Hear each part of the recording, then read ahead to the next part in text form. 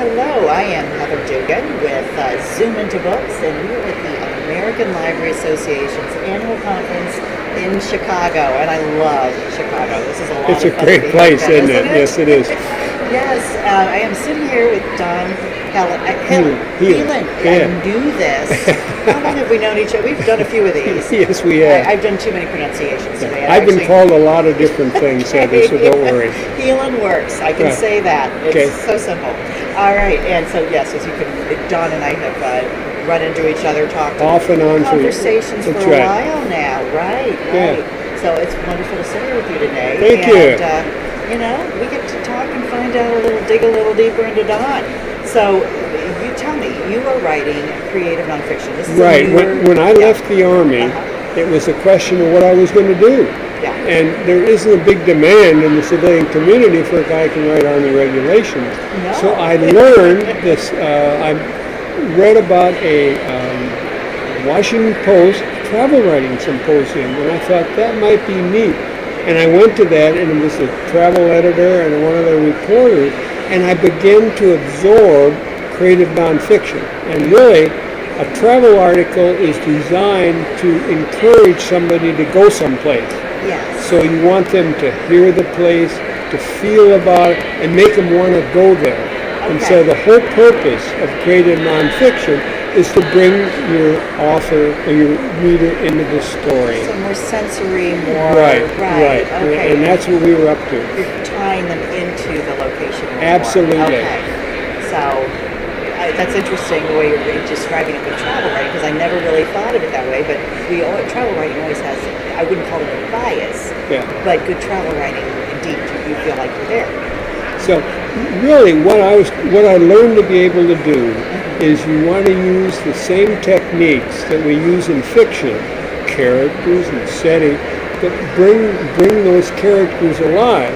And what we used was like realistic dialogue, and that breaks up those gigantic paragraphs that you see in your science book, Right. and it makes people want to read them, because as soon as you open up a travel book and they see these huge paragraphs, they say, I don't think so. Yeah. So you want to break, and how do you do it? You break it out with a dialogue. You have interesting characters and interesting settings. So you want to bring the story alive, and the way you can do that is by the use of the various senses. For example, a lot of people focus on sight, but there's so many other senses, like smell. A lot of people don't realize that smell is a sense that's most tied to memory. So for example, I believe that. if you talk about this soap and you think about it, you say, that's a soap that my grandma used to use. And what happens is it puts you back on the farm when you used to visit her during the summer. Very true. And then there's hearing and there's touch. And so what I've tried to do in writing my novels is to bring them alive by using creative nonfiction. I'm trying to have an interesting and believable character, and then I want a good setting, because that's what's interesting. Like I have my novels, one is set in Tibet, and people have not only a good story, but an interesting place. Yes. Another one is Ireland, so that's kind of what I've tried to do.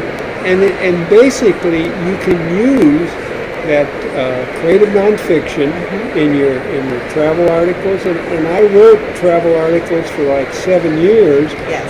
Then I started writing fiction. But as you know, Heather, between publishing books, you've got several months.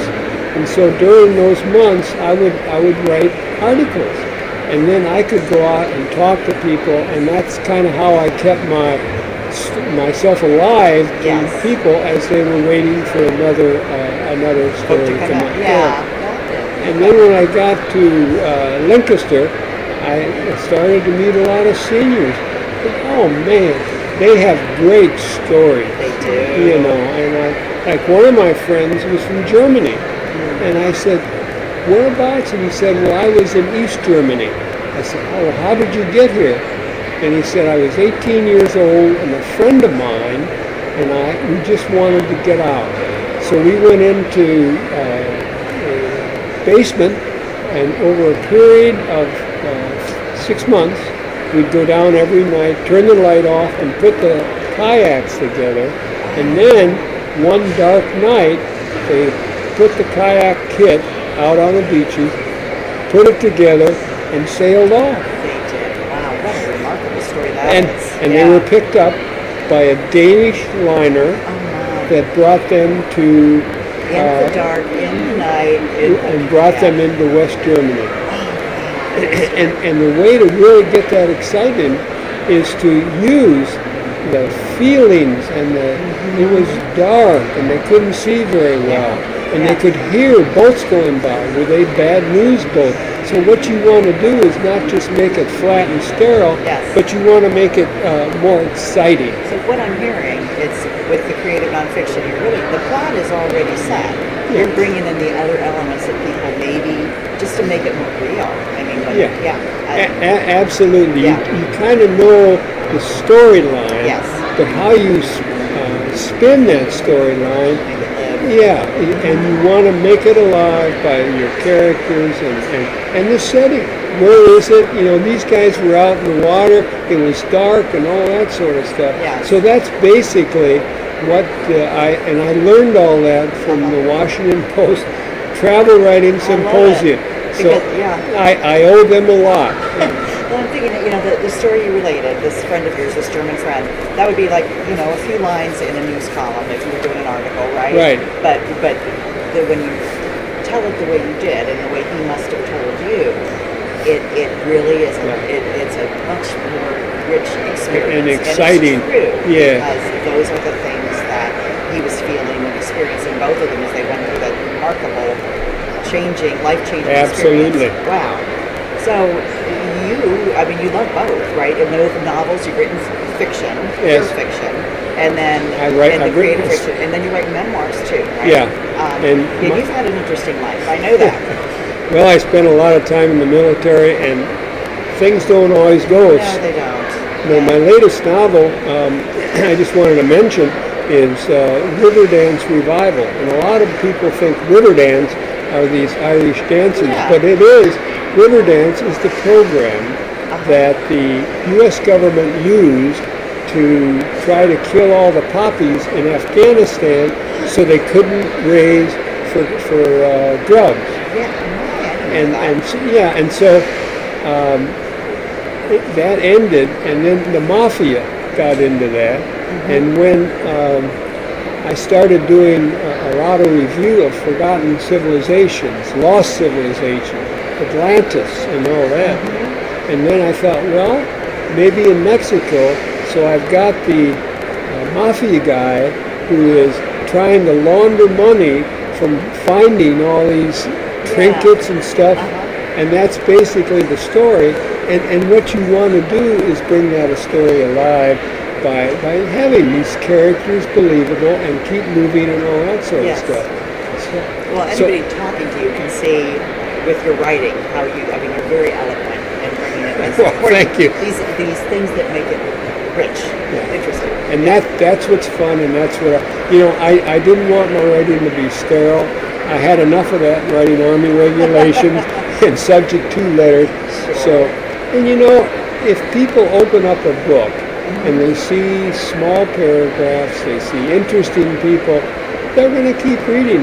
As you know, when people look at a book, normally they look at the cover, then they look at the back cover, and they want to read a little bit in that first page. And if you can trap them during that time, that's exactly what you want to do. So, thank you for asking. I'm glad, and I hope my readers enjoy creative nonfiction. Yeah, definitely. I do want to talk to you some more about some other things, because you've got so much to share. You've written the memoirs of the novel. I wonder about did you speak also at organizations, that kind of thing? Yeah, absolutely. And that's why I love libraries. A lot of people don't realize that the Mystery Writers of America has a library committee. And I have a friend that was on that committee. And what we do is go around to various libraries and make presentations. And we talk a little bit about our books. And usually some of the people that hear it will buy a book, but just as importantly, you've got one or two of your books on the shelf of that library. Yeah. And that's why librarians are so valuable, and we just love them. We do, and they're a lot of fun. Yes, they are. Conversations at this conference with the attendees. What would you tell somebody that maybe has some of these wonderful life experiences, and maybe not wonderful, but certainly impactful life experiences, and they're thinking, should I do something more with them? What would you tell somebody like that? Sure. For me, a memoir is not an autobiography. If you take your life and an autobiography, it's what I call putting a picture frame around a segment in your life. Okay. And usually we suggest that people have an idea and then do some research. And in suspense novels, we have the kind of the thriller stuff, but in inciting incidents. But in memoirs, we have what's called the tipping point. And the tipping point is what impacts the character and turns their life around. And so then you do research, then you build based on all the now that. That's good. So just kind of picking out that key moment, that key part of your that tipping life. Point. And that's you don't need to hear the whole life, just the... That's the way to start it. So tell me, if people want to get a hold of you, how do they do this? Sure. It's my website. It's www.donhelin.com. I'm very active with... Helin is H-E-L-I-N. Yes. Just saying that. And I'm very active with Kathy in her Zoom in the books. And we're doing Zooms right now. As a matter of fact, we've done 3 Zooms on writing a memoir. That's wonderful. And we've got 2 more. And then, but people can go to YouTube, and the headline in the book's channel under YouTube will give you all that information. You're doing my clothes. It's wonderful. People, that's exactly where you find the videos and all the great authors. Right. And once again, I'm Heather Dugan. I've been talking to Don Helin at the American Library Association Annual Conference in Chicago. Thank you for listening. Oh, thank you again, Heather. I appreciate it.